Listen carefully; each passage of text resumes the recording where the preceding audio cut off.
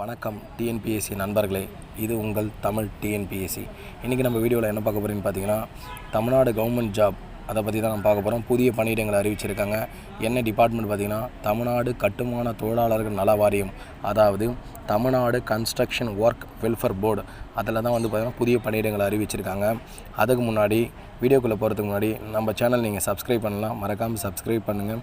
அப்போ தான் நான் போடுற வீடியோ உங்களுக்கு தொடர்ந்து வந்துகிட்டே இருக்கும். பக்கத்தில் இருக்கிற பெல் பட்டனை கிளிக் பண்ணுங்கள். வாங்க வீடியோக்குள்ளே போகலாம். ஓகேங்களா?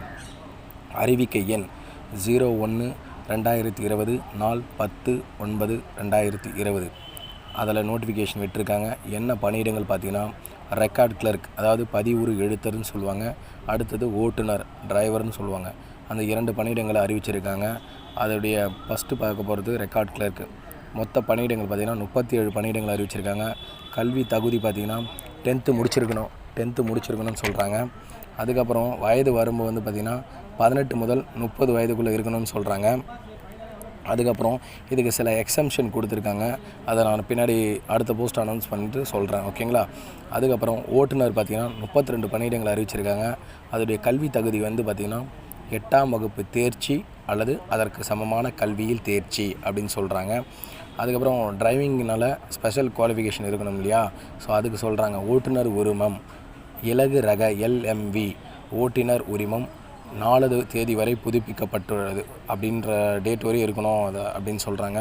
குறைந்தது 2 வருடம் ஓட்டுநர் பணியில் முன் அனுபவம் வேண்டும் சொல்கிறாங்க. வாகன தொழில்நுட்பத்தில் தேர்ந்த அறிவு பெற்றிருக்கணும்னு சொல்கிறாங்க. அதுக்கப்புறம் இதுக்கான வயது வரம்பு பார்த்திங்கன்னா 1/7/2020 தேதியின்படி 18 முதல் 30 வயதுக்குள்ளே இருக்கணும் அப்படின்னு சொல்கிறாங்க. இடஒதுக்கீடு பிரிவினருக்கு வயது வரம்பு தளர்வு குறித்து இணையதள முகவரில் காண்க அப்படின்னு சொல்கிறாங்க.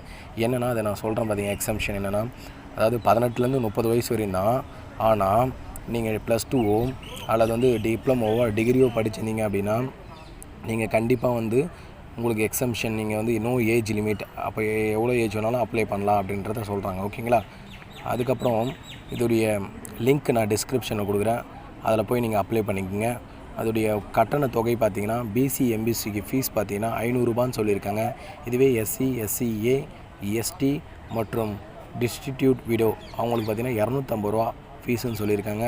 இதோடைய லாஸ்ட் டேட், எக்ஸாமுக்கு அப்ளை பண்ணுற லாஸ்ட் டேட் பார்த்திங்கன்னா 30/9/2020, அதாவது செப்டம்பர் 30 ஈவினிங் 5:45க்குள்ளே நீங்கள் அப்ளை பண்ணிடணும் அப்படின்னு சொல்கிறாங்க. இதோடைய ஃபுல் டீட்டெயில் டிஸ்கிரிப்ஷனில் நான் தரேன். நீங்கள் அதை பார்த்துக்குங்க, தெரிஞ்சுக்கங்க.